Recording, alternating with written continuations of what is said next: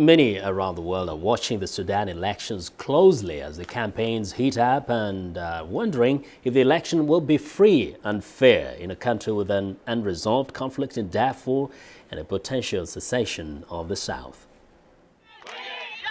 Vigorous campaigning is underway in Sudan's capital Khartoum, a center of political activity.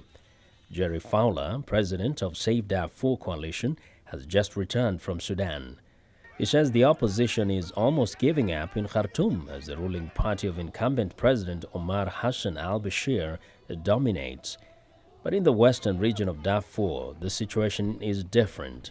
In Darfur, there's still a state of emergency. There's still issues about security, and particularly in speaking with the displaced people in displaced camps, many of them did not register, and they really don't have much interest in participating.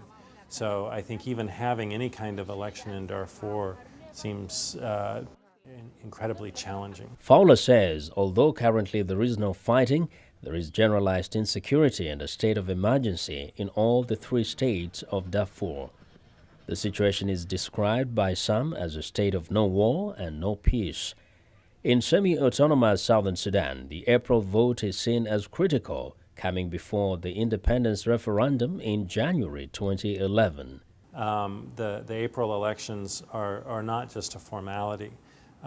In fact, for a lot of the gubernatorial positions, the state governors, there's some pretty vigorous competition. There is a lot of attention being focused in the South on the April elections.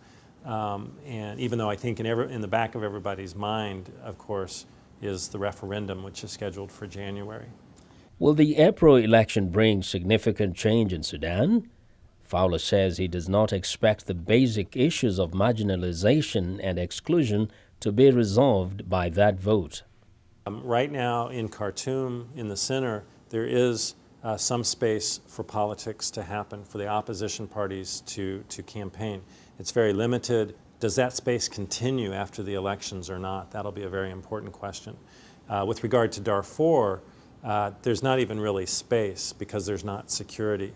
And so the issue in Darfur is, will there be the political and economic foundations of peace built in the coming months? This will be the first time Sudan is holding elections in 10 years. It will also be the first time in 24 years that Southern Sudan will participate in an election.